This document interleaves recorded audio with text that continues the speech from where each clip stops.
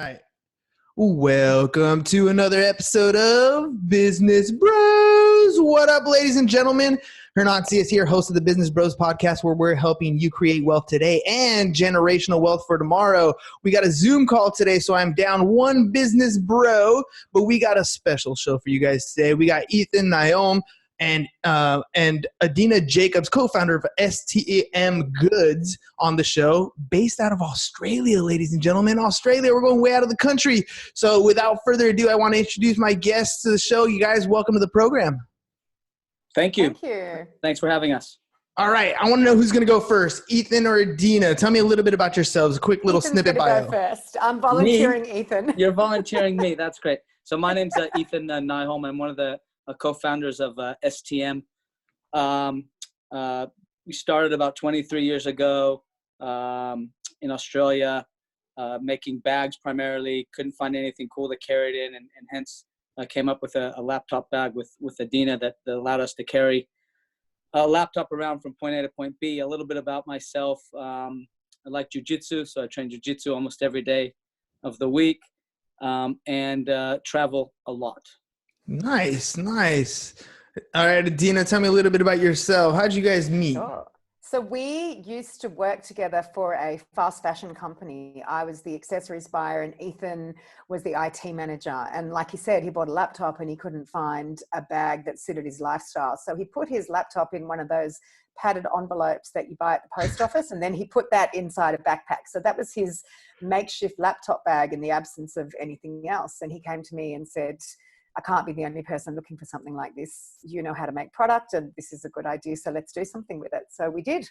And that was, like you said, nearly 23 years ago.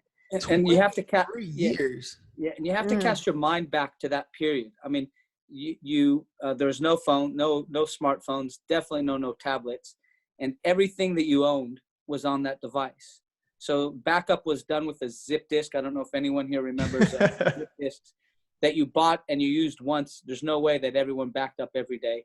So not only did you have a very heavy laptop, but also that was also very expensive. But also all the data, there was no cloud. Everything that you had, all the content that you generated was on that machine. And if that machine broke down or you dropped it or got stolen, that was it. And so what we focused on with our product was a combination of disguise against theft. So we were doing cool looking backpacks that were like a street type bag rather than that black briefcase. The protection, the physical protection, so extra padding, making sure that the laptop was suspended up off the bottom of the bag when you placed it down. And then comfort, because in the past, what you'd have to do is carry a very big, heavy brick inside a black shoulder bag on one shoulder. And so we moved away from that paradigm and we made it into something that looked cool, that functioned well. You could organize all your things in it really well. And it didn't look like a laptop bag. So 23 years ago. So 20 years ago, I mean. Late 90s. Late 90s. Late 90s. So personally, I was still in high school at that time, right? And I remember going to high school at the time, and if I needed to make a phone call, I got paged, first of all, right? I had a pager at the time. You had to go put a quarter in the machine. And a little bit after high school, I started this computer repair company. And even then, in the early 2000s, laptops, you were talking about being a brick. These things were massive, and they didn't hold very much information. No, and you must remember the colored Apple iBooks from that time.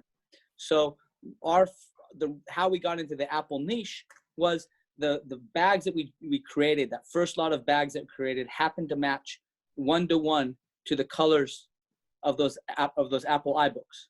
And there's 5 color iBooks, and we happened to get 4 of the 5 colors spot on, and that's how we sort of found that Apple niche. That's beautiful because I mean, something about Apple is very cultural, right? Like when you have when you're part of the Apple community, which I haven't 100% converted. My laptop is a MacBook Air, but my phone is still a Droid, right? I haven't fully moved over. But anybody who's in the Apple community, it's a total culture. Like they're a tight knit family, and everything's got to match, from the iPhone to the laptop to the Apple Watch. Everything, even the little logo on the back and the way the colors light up, it all makes sense. So you guys kind of dipped into that culture. Yeah, and Dip back into then the pool. Apple community was completely different to how it is now. As Ethan said, it was really all about the laptops and the desktops. It wasn't about, this was before iTunes, it was before the App Store, it was before iPod. all of It was that. before Yeah, iPod. it was before iPod. So it was really like Apple products were either used in education or they were the domain of the artistic, Design. creative Yeah. people, architects, designers, and that kind of thing. So we were really appealing to that market because our product had a style element to it, whereas all the other laptop bags out there at the time didn't. They were just the black rectangles. So tell me a little bit about your start of the business itself. Did you guys have full-time jobs and you did this like as a side thing that you kind of built into something, or was it like lunchtimes and evenings? Yeah. So for the first probably 6 months until we had a product, both of us had full-time jobs. At some stage, I think in the first year, I quit my first-time job to focus on this, and Adina did 2 jobs, helping with the development and the building of STM, and the full-time job that actually paid money. And we worked out of a spare study in my apartment.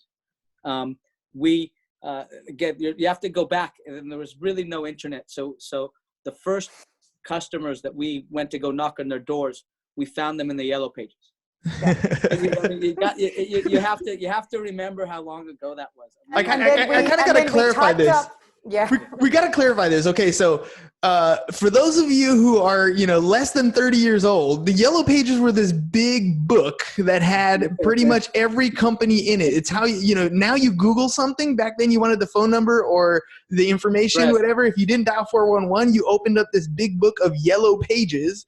It was in alphabetical order, and you looked up the companies. It's funny how I have to explain that, but I was just thinking, I was laughing because the fact that you have to explain that is beyond me. But you're absolutely right. There'd be a whole generation that would not have a clue what the Yellow Pages were.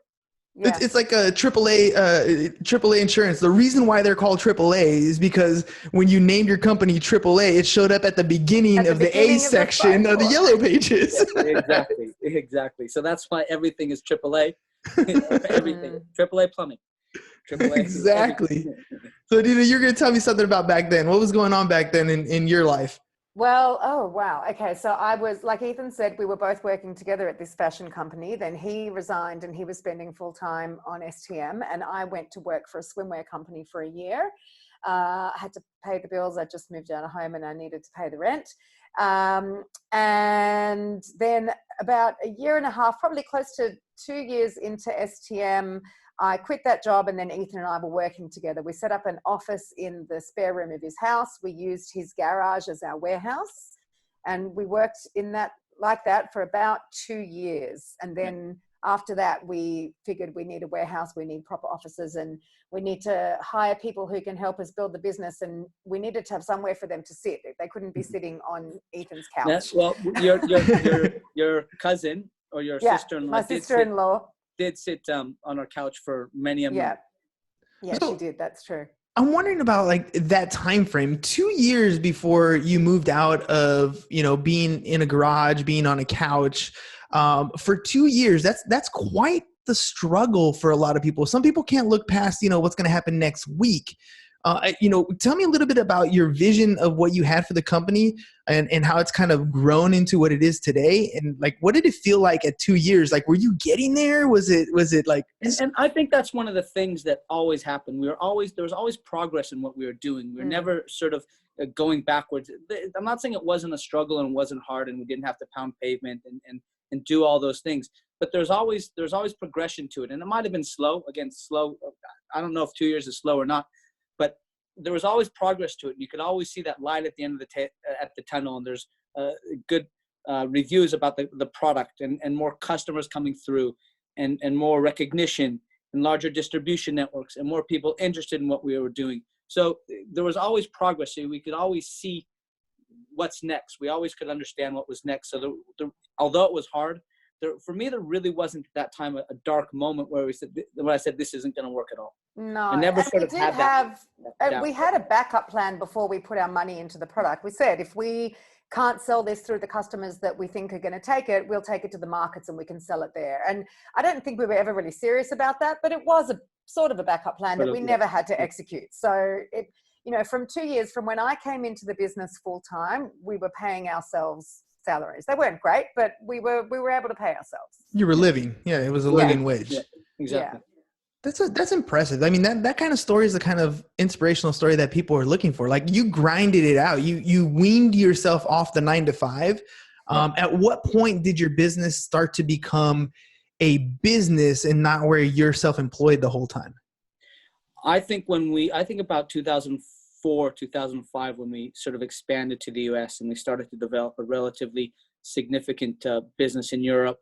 In Australia, we had a large number of retail outlets that we had consistent sales to. I think that's sort of when it started to be less of a self-employment and more we're employed by the business, if that makes sense. Mm-hmm. Having said that, though, Ethan's always had a strong focus on managing cash flow and making sure that we can afford to do what we need to do. And so, you know, we've never lived extravagantly. We've never spent money that we shouldn't spend. He's always had a really close eye on that side of things. And it was a proper viable business before that, because even if it was small and we weren't moving that much product, Ethan made sure that on the business side of things, we established it as we wanted it to be in the future, not as it was as a fledgling startup. And that we didn't get ourselves into a financial hole that we couldn't dig ourselves out of. And I think that was key to at least our survival at the beginning, and continues to be key going forward, is that we don't commit to things that we don't believe that we can afford. And so we don't dig ourselves into a huge financial holes in terms of debt and in terms of cash flow and all those other financial loopholes or financial bit holes that people sort of get into when they have startups and sort of wanting to push the growth and grow as big as you can, as quick as you can. 23 years means you went through 2 of some of the bigger market cycles. Things like the dot-com bust, you went through 9/11, and you went through the 2008, big time downward market recession. Yeah. How did that stuff affect you? And before you get into the effects, did you or have you transitioned into, obviously I hope you did, into using the internet and sales, internet sales? Direct sales. Well, the 2000, so the really first big one was the dot-com one, where the couple of our bigger stores that we dealt with sort of started to go out of business. And then really quick on that heels, it seems like it was about a year probably from the dot-com bust, there was 9/11. I mean, there wasn't a huge gap between that, and that most of the travel industry that we dealt with sort of went out the window for that period of time. So we really had to accommodate and adjust how we operated, who we dealt with, and really found, which has become a really important and big part of our market, is the education market.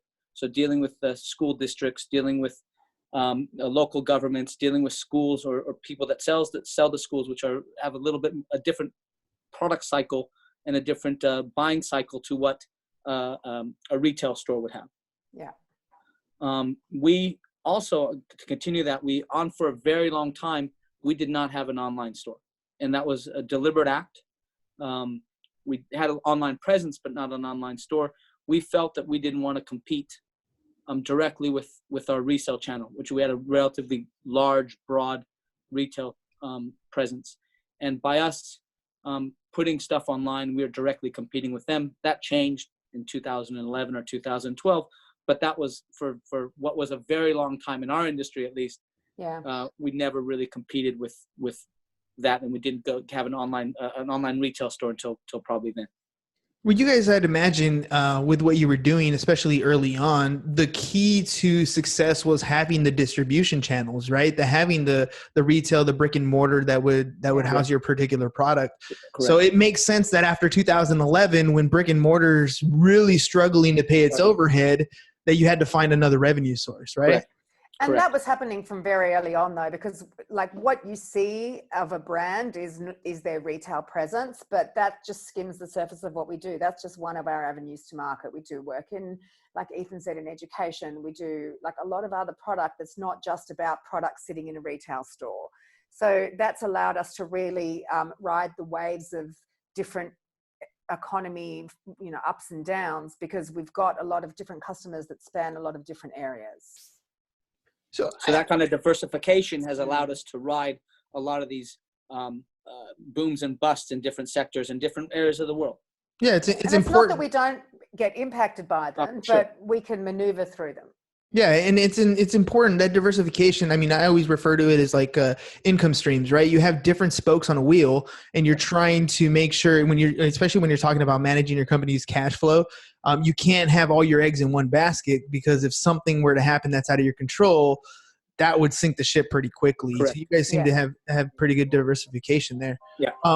Once you went in 2011, when you shifted over to direct to consumer, how much time have you spent on things like marketing your brand or establishing your brand? Because I'm sure your brand was known in the retail location, but now going to direct consumer, it's a little bit different. Absolutely. We spend a lot of time and a lot of effort, both at the moment on social media and in other means to promoting the brand. And it is a slightly different paradigm, but we spend a lot of time and a lot of effort on those type of mediums. What kind of stuff are you guys doing for branding purposes? One of the really cool things that we're doing at the moment is augmented reality. Ooh.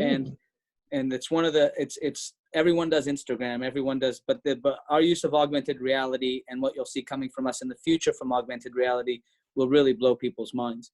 We've created 3D models that you're able to dive into that are transparent, that you can see all the pockets and how everything functions, that have a very, very, very close resemblance to the physical product, that you can have the product pop out of a box and actually spin it. You can change color. And we're taking that to the next level with our website over hopefully the next 2 or 3 months, that you'll be able to do all this not through an app, but directly through your browser on the website, which is something that's really, really revolutionary. That is really cool. It is really cool. It is really, really cool. Let me tell you, this over Christmas, I bought my son, well, I can't say I bought my son, because in my household, we always talk about how you can have anything you want as long as you go out and make your own money, right? So I encourage him to go out and make his own stuff. We bought him an Oculus Quest, right? This thing was $400. So he came up with half of it. We got the other half. Wow. So I didn't think anything of it. I'm like, oh, cool. He wants this video game thing. No problem. Yeah. But then I put it on, right? I put it on, and I was standing next to Darth Vader. He was right in front of me. Like the virtual reality and things impressive. So when you're talking about, being able to hold this thing and see it right in front of you, like once you've experienced this, where the virtual reality is going, it's going to take retail shopping to a whole new level. You're going to be able to physically see, hold, grab. I get a little dizzy when I'm climbing up ladders in this place, and I can see the great, horizon and everything that happens in there. Imagine taking that giant experience and bringing it to what your product is. Now I can decide, I can try it. I can see if I even like it. I can put my laptop in digitally. I can put it in there, and then you can pack it with all your stuff. Yeah. And so, I mean, we have a really cool thing as part of the app is try it on. So you could actually physically put it on your, or virtually, not physically because we're talking virtually put it on your back and see how it looks. So we're doing stuff like that really highlights what we're sort of all about. And I think one of the cool things about what we've done over the last 23 years is we haven't changed. Our product still is designed to really do the same things that it's always done from the outset, is provide that usability, be a little bit clever, a little bit smarter than everything else that is out there, provide that level of protection, that level of usefulness, that level of understanding of how the tech is used and how it is used for. And that's in essence hasn't changed. And this is sort of just the next stage of the progression within what we're doing as a brand. And that's amazing. You guys are always looking forward. Everything I've heard so far, everything from 23 years ago when we have this brick of a laptop to today where you're using new marketing strategies to, bring the consumer a product that they otherwise, I mean, think about that. Like right now in Amazon, if I want to try something, I order it, it comes to my door, I try it, I don't like it, I ship it back. Right. Exactly. And that's think about that from the business's standpoint. Somebody is paying for that shipping, whether it's you yourself trying it on and paying for that shipping, or the company's eating the cost. I guarantee you it's not Amazon. No. Right? Well, and all the waste that comes with that as well. Extra packaging, all of the transport costs involved in it, all of the fuel. And the environmental aspect to that as well. I mean, it has to get from point A to point B. Absolutely. So, I mean, innovations like that are going to be, they're the next step. And I tell people all the time when you're talking about, creating a brand for yourself and getting something different, something that makes you stand out is absolutely important. Things like search, for example, when I say, Alexa, find me a bag, if I don't specify the brand, it's going to give me the bag that Amazon prefers me to ship, right? It's not going to get me exactly what I'm looking for. Branding is that vitally important, more so today than any other time. Well, because you're able to look, the selection of product that you're able to search for is endless. Mm-hmm. It it's used not to about be what you see in the retail. It used to be in the store. Yeah, it used Yeah. to be in the store, and then it used to be what you're in region, and then maybe what you're in your state, now country. Now it's really the world. Yeah. When you do a search, you're searching everywhere. And part of what we're doing is educating people on the other end of our product so that they can make a good decision that works for them and makes it easier for them and more seamless for them. So what do you guys see for your future? 23 years have gone by. Did you think 23 years from now we're going to be doing this? And if so, like, where do you see yourself in the next few years? Like, is this something that you're going to build and sell and walk away? Is this something that you're going to continue to grow, pass on to your children? Where do you guys see this company?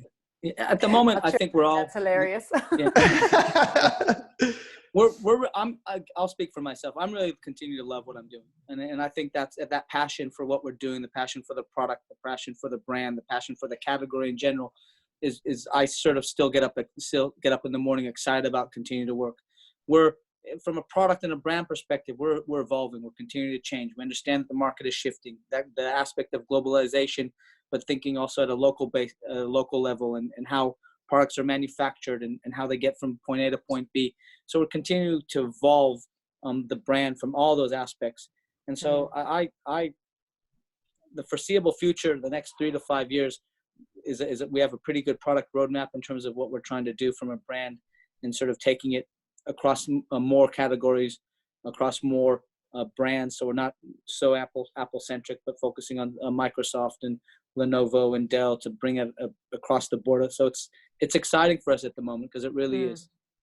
It is. I mean, we're very agile because Ethan and I are the owner, founders, and we're very involved in the day-to-day. We've got our hands in everything. And so we've got some good plans in place, and we're really able to make a difference and to make a change in everything from, the way the environment is here for the people who work with us, to how things operate at our factories, to how we do our packaging and what type of product categories we go into and what part of technology we follow. So it's exciting and interesting. It was 23 years ago, and there's something different every day. Well, yeah. Luckily for the category that it changes all the time. And you would know that it's so different where it was 23 years ago.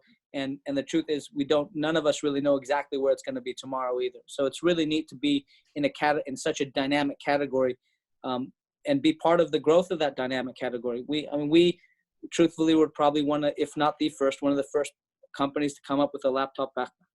I don't know that anyone else at that stage had anything different. Well, back then the internet was a fad, remember? It wasn't going to stick around. No. It's this thing that took over your phone. It's not something. Yeah. And it was terrible then as well because it wasn't optimized. So it was what was it, 28K? Tiny. And you couldn't receive a call because it was on the same line? No. You better have call waiting or something, right? Exactly. Can I have 2 phone lines for my house, please? Exactly. Yeah, exactly. Guys, I want to thank you guys for coming on the show, and I want to make sure that people are aware of where they can get your product, where they can get more information. So go ahead and let people know how they get a hold of you, how they get more information on the products that you guys have. The best place to get more product information is to go to our website. So if you go to stmgoods.com, that really everything we have and everything we do and everything that we're about is really on that website. Yeah. Awesome. Yeah. That's amazing. Well, you guys have a very inspirational story. I love how just the grind that you guys put into it ever since the beginning of, starting in a little apartment and having a garage and like building to where you are today. So where you have fancy offices with white backgrounds and plants, right? And plants, right? And being based out of Australia and going, basically growing across the world and growing with the technology literally it's a laptop bag, and as the laptops evolved, you evolved and developed such a great company. And I want to tell you guys, thank you for coming on the show and sharing your story with us. I mean, that's inspirational. I swear there's a lot of people out there who have an idea, who have a concept and never implement because they're afraid of what people might say, that they might not succeed, that they, whatever their limiting belief is. But you guys are that story where it's like, take action, do it, follow it. You never know, 23 years from now, you still be dreaming about bags and waking up every day trying to make it better. Yeah. No, we appreciate this. It's always fun to share some of our experience and to go back and look at what we've done. And we really appreciate the kind words. So thank you for the opportunity as well. It's great. Thank you. Of course. Ladies and gents, make sure you guys check them out. stmgoods.com, you said, right? Yep. stmgoods.com. All right, guys.